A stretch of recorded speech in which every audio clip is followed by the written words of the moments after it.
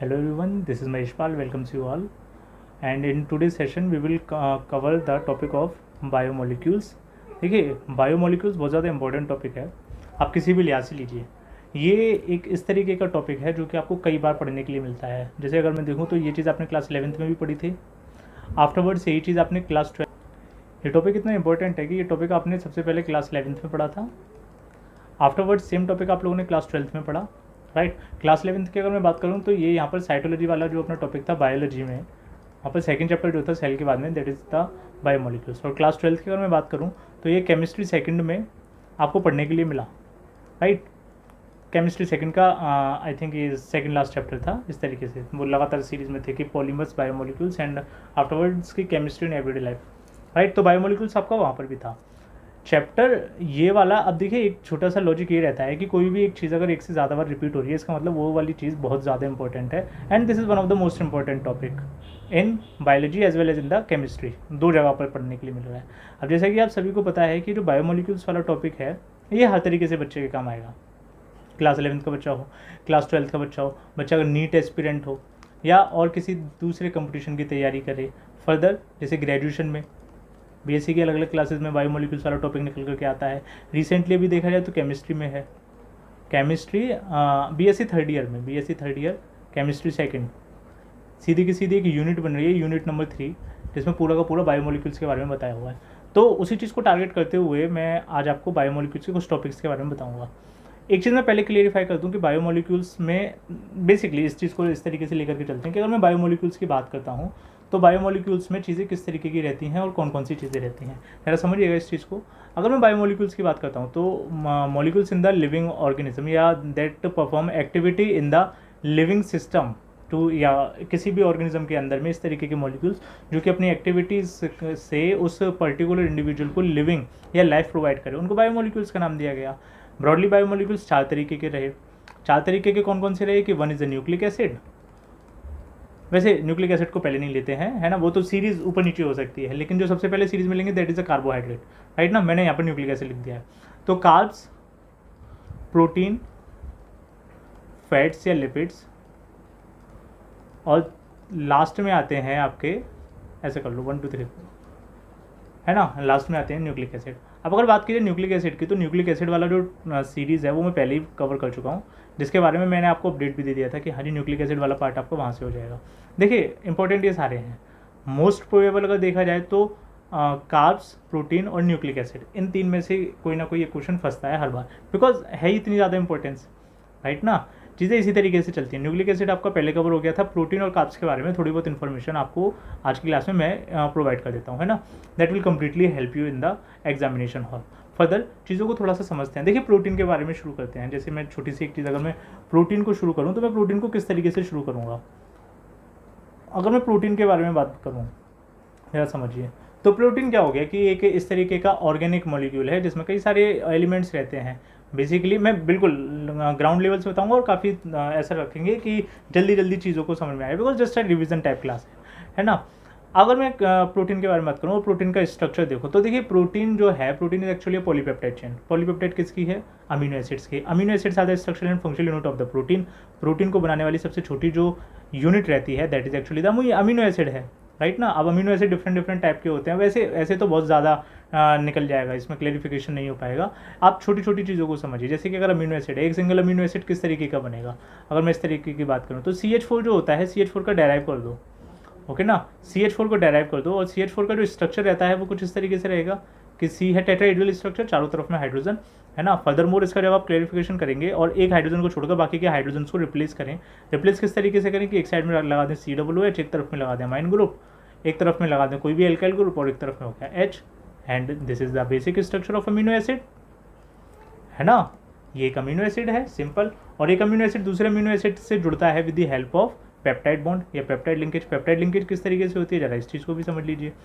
ये चीज़ें कुछ इस तरीके से चलेंगी, जैसे कि ये है C double bond O, OH, H, NH2 और R, एंड कोई दूसरा अमीनो एसिड इसके साथ में पैरेलल में हो सकता है इस तरीके से C double bond O, OH, and NH2 को मैं इस तरीके से लिख दूँ कि HNH फर्दर R, राइट ना।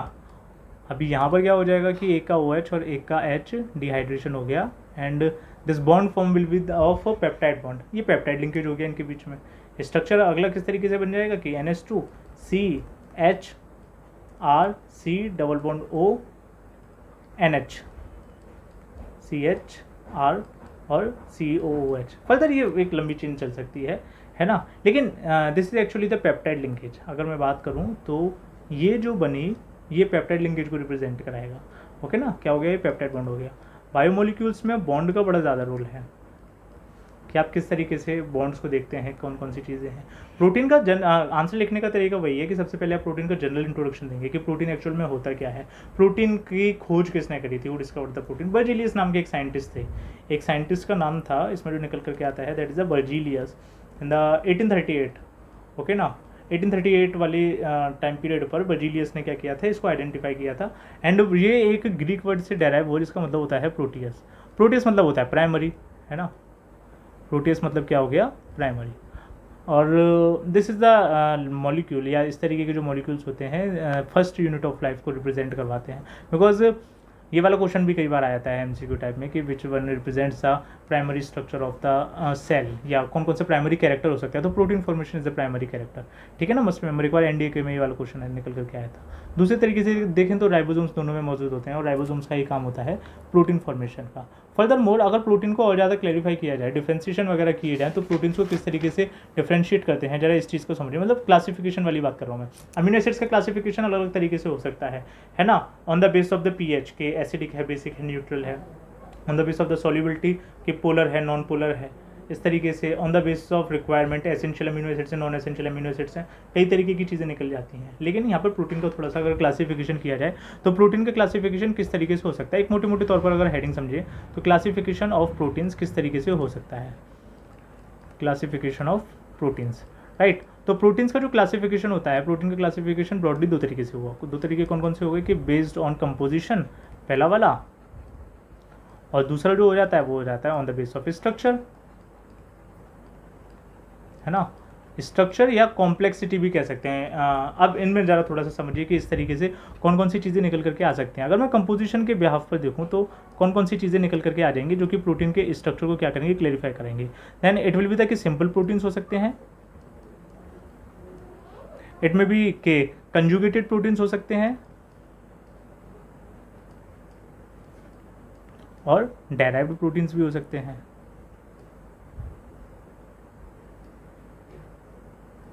है ना। On the basis of structure, structure के बिहाफ पर देखें तो दो तरीके के प्रोटीन निकलते हैं, one is the fibrous and globular.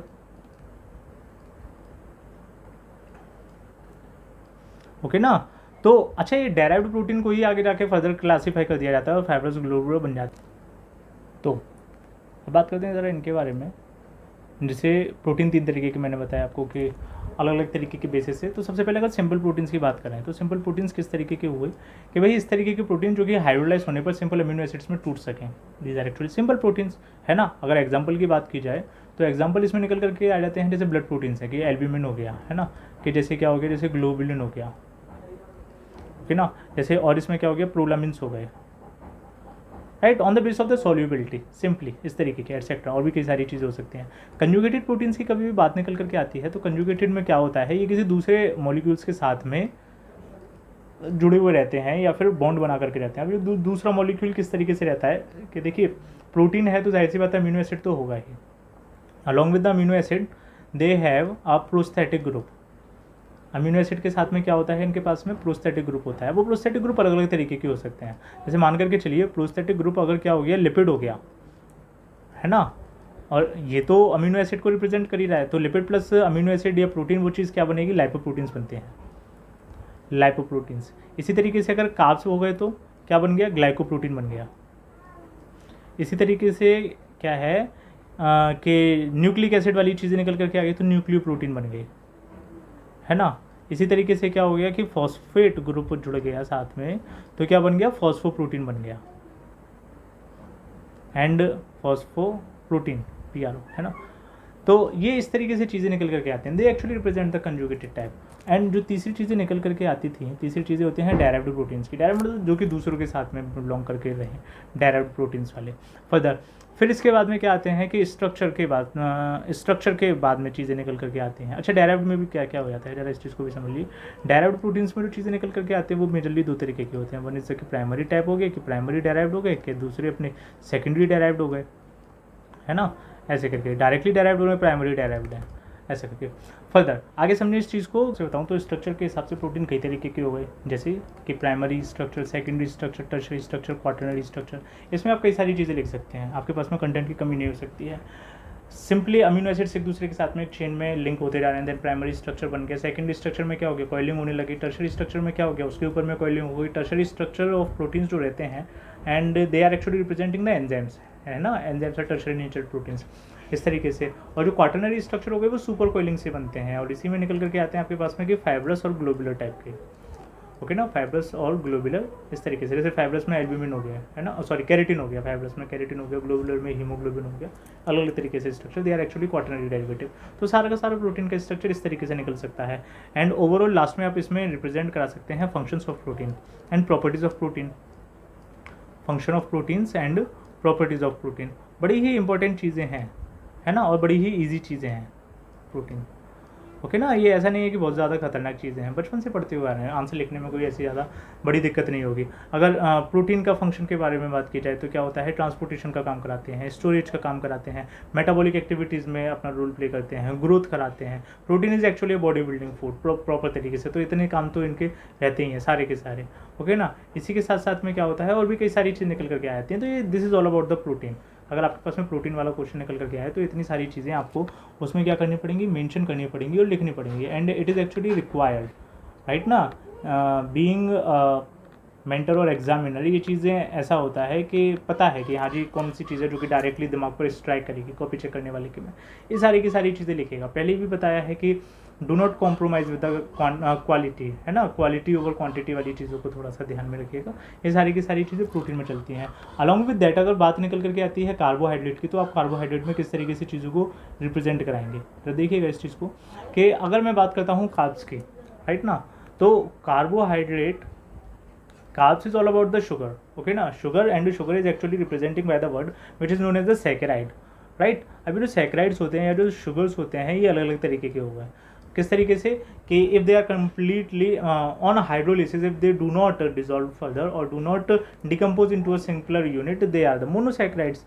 अलग अलग तरीके से, है ना, कि क्या हो गए कि मोनो हो गए, कि डाई हो गए, कि ट्राई हो गए, या कह दो ओलिगो हो गए, और क्या हो गए, पॉली हो गए, है ना। मैं इतनी ज़्यादा थ्योरी यहाँ पर नहीं लिखूंगा, है ना, उसका उतना ज़्यादा मतलब भी नहीं, ये चीज़ें बच्चों को पता होती हैं, बस जस्ट मैंने बता दिया है कि किस तरीके से हैं। मोनो में क्या हो गया कि दे do not further hydrolyse. Oligo में क्या होता है कि हाइड्रोलाइज होने पर 2 से 10 यूनिट शुगर्स की टूटती हैं, और पॉली में क्या होता है मल्टीपल यूनिट्स होती हैं। एग्जाम्पल की अगर बात की जाए तो मोनोसैकराइड्स में कई सारी चीज़ें निकल करके आती हैं, जैसे इसी में आ गया आपके पास में कि ग्लूकोज हो गया, है ना, कि फ्रक्टोज हो गया, कि मैनोज हो गया, कि गैलेक्टोज हो गया। फर्दर मोर ओलिगोसैकराइड्स में जैसे कि डाइसैकराइड्स आ गए, ट्राइसैकराइड्स आ गए, टेट्रा, पेंटा, हेक्सा, हेप्टा, सारे के सारे इसी में निकल करके आ जाते हैं, ओके ना। एंड जो पॉलीसैकराइड्स होते हैं, पॉलीसैकराइड्स भी ब्रॉडली 2 तरीके के हो गए, the homopolysaccharide and another one is the heteropolysaccharide. अब जो होमोपॉलीसैकराइड्स होते हैं उनमें सारी की सारी यूनिट्स एक जैसी होती हैं, हेट्रो में डिफरेंट हो जाती हैं।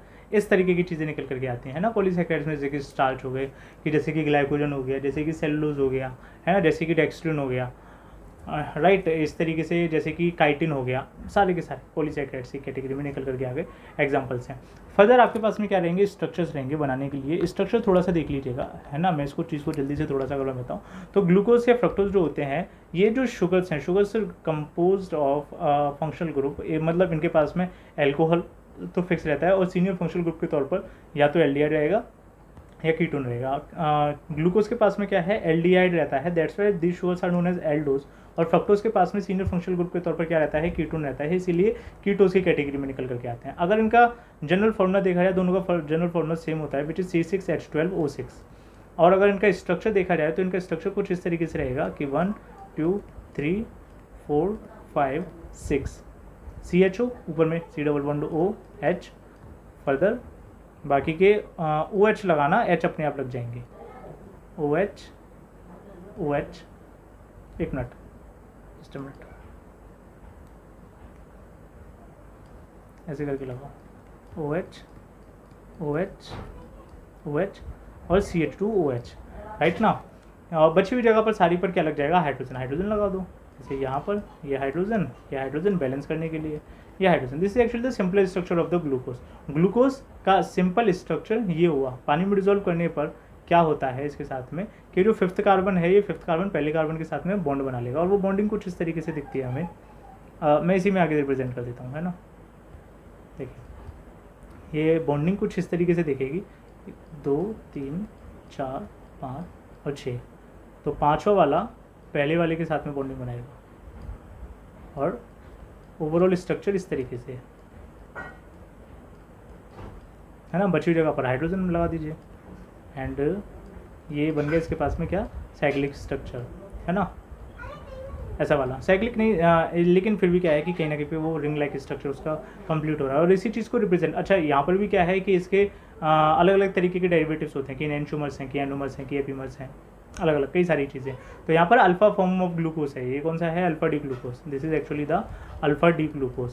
अब इस अल्फा डी ग्लूकोज का हैवर्थ स्ट्रक्चर अगर बनाने के लिए आया जाए आपके पास में, तो मैंने इस चीज़ को पहले भी बताया है आपको कि आपको क्या करना है, this is your structure of glucose, and आपको इसको क्या करना है, 90 डिग्री राइट साइड में रोटेट कर देना है क्लॉकवाइज डायरेक्शन में।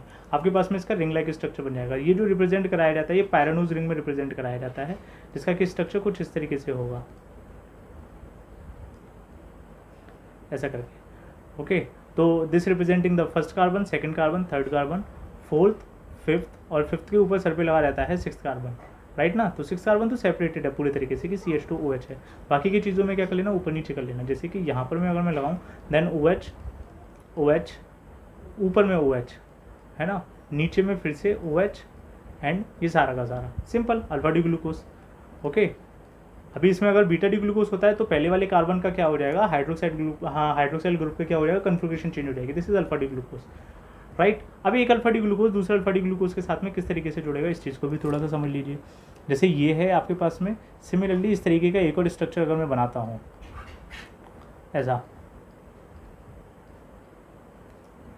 तो यहाँ पर देखिए इसका पहला कार्बन, दूसरा कार्बन, तीसरा कार्बन, चौथा, पाँचवा, और इसके सर पे एक आ गया 6वां कार्बन। तो इसका जो चौथा कार्बन है, जाहिर सी बात है जैसी कन्फिग्रेशन इधर में है वैसे ही कन्फिग्रेशन इस तरफ में भी होगी, OH नीचे में ऐसे करके।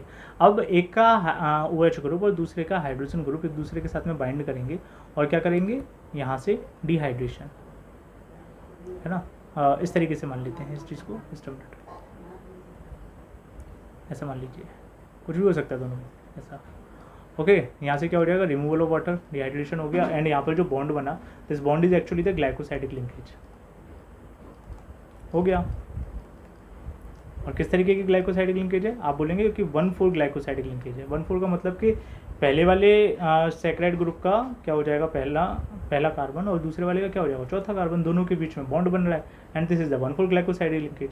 सिमिलरली अगर चेन बनती है तो चेन में क्या होता है, 1,6 ग्लाइकोसाइडिक लिंकेज होता है, ऊपर वाले का पहला कार्बन और नीचे वाले का 6वां वाला कार्बन, और चीज़ें इसी तरीके से रहती हैं। एंड यूजुअली ये क्या है कि जो स्टार्च की दूसरी फॉर्म होती है, स्टार्च की 2 फॉर्म होती हैं, एक तो होती है अमाइलोज और एक होती है अमाइलोपेक्टिन। तो अमाइलोपेक्टिन में ब्रांचिंग देखने के लिए मिलती है, और अमाइलोपेक्टिन के जैसा ही स्ट्रक्चर किसका होता है, ग्लाइकोजन का होता है। ओके ना। तो ये सारी की सारी स्ट्रक्चर्स आप लोगों को पता होने चाहिए, ये सब कुछ क्या है पूछा जाता है, और अगर आता है तो ये चीज़ें आपको लिखनी पड़ेंगी। मैंने बहुत शॉर्ट में चीज़ों को बताने की कोशिश की है, बिकॉज टाइम को भी थोड़ा सा ध्यान में रखना पड़ता है, राइट ना। तो ये सारी की सारी चीज़ें थी जो कि मैंने आप लोगों के साथ में डिस्कस करी। होप ये सारी की सारी चीज़ें आपको काम आएंगी एग्जामिनेशन हॉल में। और देखिए बायोमोलिक्यूल्स है, बायोमोलिक्यूल्स सभी के लिए इंपॉर्टेंट है, not only for 3rd year, not only for 2nd year, but जो भी बच्चा साइंस से रिलेट करता है किसी न किसी तरीके से, बायोमोलिक्यूल्स वाला टॉपिक तो पढ़ना पड़ेगा ही, और बायोमोलिक्यूल्स पढ़ना पड़ेगा तो ये सारी की सारी चीज़ें सब कुछ बेसिक है। ऐसा नहीं है कि बहुत ज़्यादा डेप्थ में ले गए हैं, ऐसा नहीं है कि बहुत ज़्यादा हाईलाइट करके बताई हैं चीज़ों को, बिल्कुल नहीं। सब कुछ बड़ा नॉर्मलाइज वे में और बड़ी ही ईजी लैंग्वेज में बताने की कोशिश की गई है। इसमें अगर किसी को किसी भी तरीके का कोई भी डाउट हो, देन कमेंट सेक्शन खुला हुआ है, आप कमेंट करके पूछ सकते हैं, किसी भी तरीके की क्वेरी हो। और अगर कुछ भी डिस्कस वगैरह करना हो तो मैं डिस्क्रिप्शन में मेरा व्हाट्सएप और टेलीग्राम लिंक भी शेयर कर दूंगा। अगर किसी को ज्वाइन करना हो तो वो उस लिंक से ज्वाइन कर सकते हो, उस पर कई सारी इन्फॉर्मेशन शेयर होती रहती है। सो ये थी आज की सारी इन्फॉर्मेशन मेरी तरफ से, and good luck to all of you for your exams. जिस तरीके से चल रहे हैं चीज़ें देखिए हर तरीके से हैं, कहीं ना कहीं इस तरीके से भी चीज़ें निकल करके आती हैं कि बच्चा मेहनत करता है बट उसको उस तरीके की चीज़ें नहीं मिल पाती हैं, बिकॉज पेपर लीक वगैरह वाला सिनेरियो भी बीच में देखने को मिल रहा है ना। तो ये देखिए, ये पूरी तरीके से गलत चीज़ है, ऐसा नहीं होना चाहिए, बट फिर भी हो रहा है तो क्या कर सकते हैं, we are actually the part of this system, है ना। पूरी तरीके से हम सिस्टम से अलग तो चल नहीं सकते हैं। अब हो रहा है तो कुछ नहीं है, खुद को मेंटली प्रिपेयर रखिए, है ना, और जो आने वाला है उसको अच्छे से सुधारिए। बाकी पढ़ते रहिए, और किसी भी तरीके की कोई भी क्वेरी वगैरह हो देन आप पूछ सकते हैं किसी भी तरीके से, कहीं पर भी, सारी की सारी चीज़ें आप लोगों को पता है। Okay then, see you later, thanks for watching.